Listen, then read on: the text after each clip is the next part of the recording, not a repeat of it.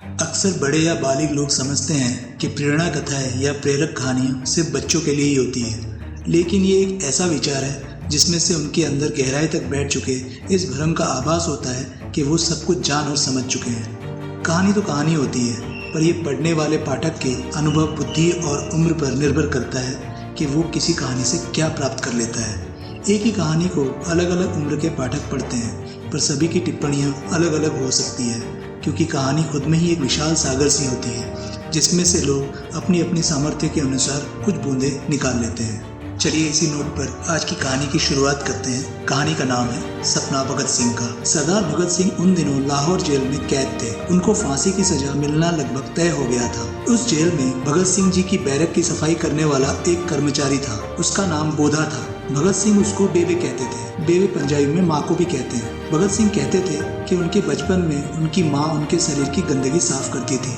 और अब जेल में वही सफाई का काम बोधा कर रहा था, इसलिए बोधा उनकी बेबे था। भगत सिंह चाहते थे कि माँ की तरह बोधा के हाथ की रोटी भी खाए, परंतु बोधा को संकोच था। वजह यह है कि भगत सिंह उच्च जाति के थे और बोधा वाल्मीकि था।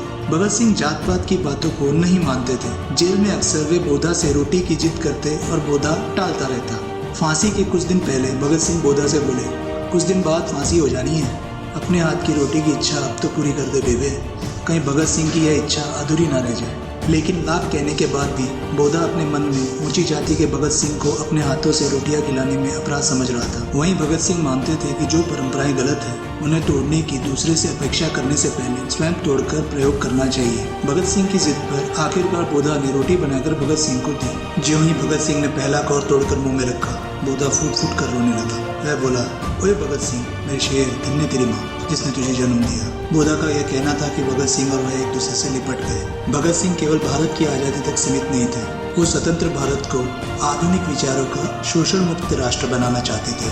ये भगत सिंह का सपना था जो आज तक पूरा नहीं हुआ, क्योंकि आज भी वाल्मीकि समाज के लोगों को और नीची जाति के लोगों को हीन और हेय दृष्टि से देखा जाता है हमारे समाज में। कहने को तो ये ऊंची जाति के नेता वाल्मीकि और दलित लोगों के घर में जाकर खाना खाने का नाटक करते हैं, लेकिन उस खाने के लिए बर्तन भी नहीं लाए जाते हैं और खाना भी बाहर से पकाकर मंगाया जाता है। नेता लोग सिर्फ वाल्मीकि के घर में बैठकर खाना खा लेते हैं और उन बेचारों के वोट लूट लेते हैं। आज हमारे समाज को एक नहीं लाखों करोड़ों भगत सिंह जैसे नौजवानों की जरूरत है, जो वाल्मीकि समाज को गले लगाएं और नीची जाति के लोगों को बराबरी का दर्जा दें। अगर आप कुछ कर सकते हैं तो कीजिए, नहीं तो कम से कम एक बार अपना मूल्यांकन जरूर कीजिएगा। तो दोस्तों, ये थी एक प्रेरणादायक कहानी भगत सिंह जी की। ऐसी और कहानियों को सुनने और जानने के लिए हमारे चैनल को लाइक एंड सब्सक्राइब जरूर कीजिए और साथ ही साथ कमेंट करके हमें ज़रूर बताएं कि आपको हमारी वीडियो कैसी लगी। मैं मिलता हूँ अब आपको अगले वीडियो में। तब तक के लिए नमस्कार, शुभ रात्रि, शब्बा खैर, सेफ रहिए, सुरक्षित रहिए।